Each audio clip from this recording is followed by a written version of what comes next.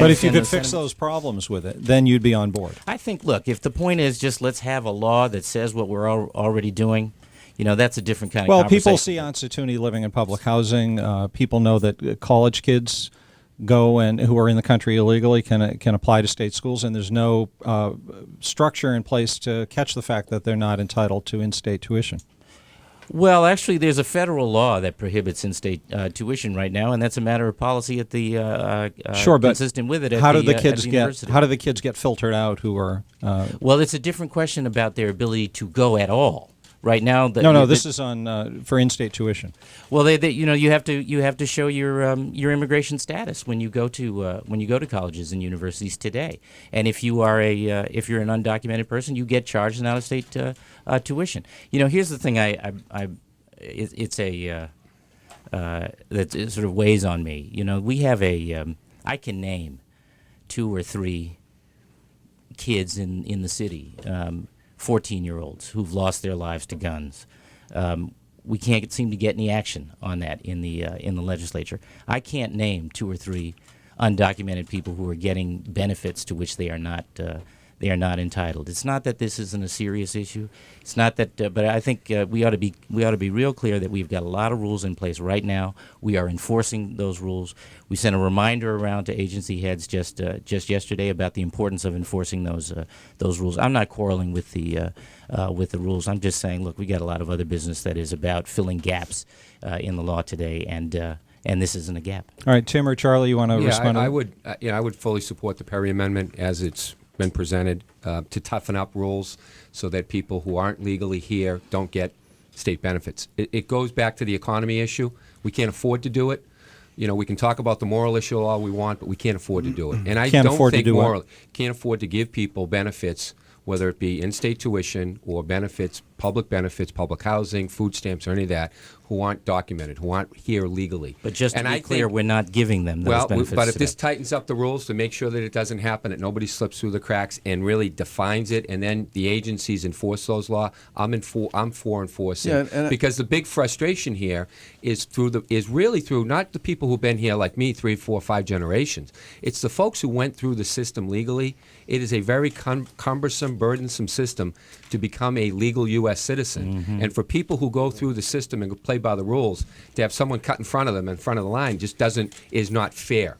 So I would do everything that I could as governor to enforce here in the state of Massachusetts legal immigration and enforce illegal immigration to make sure that we root it out.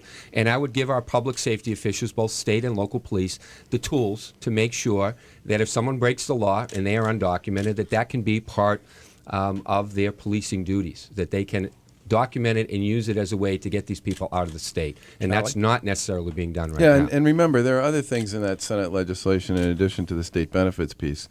It also gives private employers the ability to access the federal E-Verify system to determine if the people they're hiring are here illegally.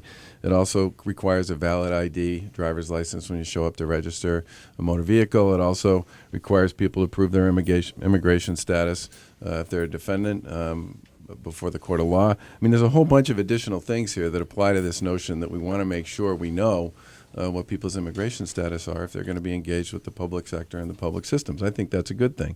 The other thing I would say in addition to that is, I was in Plymouth yesterday talking to a bunch of small businesses, one of whom was a contractor and one of whom was a landscaper. And they both said they get up every day and they pay taxes, they pay workers' comp, they pay unemployment insurance, they pay health insurance to their employees. They play by the rules, as Tim put it. And they feel a lot of the time like they're chumps because they know they're competing against employers who are playing the game under the table. The game in the system. They're hiring people, on a day rate who are here illegally, and that's frankly, there's exploitation going on there and a whole bunch of other things in addition to the illegality of it. And these guys basically said, look, in a down economy like this where everybody's scraping for every nickel and dime they can find, this puts me at a terrible competitive disadvantage because I'm playing by the rules and my costs are a lot higher. Can I just agree with Charlie? Sure, that's permissible. You don't have to play. But all I can say is, Let's talk radio. These guys have been on Beacon Hill for the past 4 years, and nothing's happened on this stuff. That's wrong. And people have been That's talking about this for the past 4 Well, years, and let's- something ought to get Let's done shift. about Let's it. shift gears. I want to talk about healthcare if we can. Let's I'm just sorry, re- Tom, just on the point. Just again, let's get to. We got to talk about these issues. They're important issues, but let's be fact based.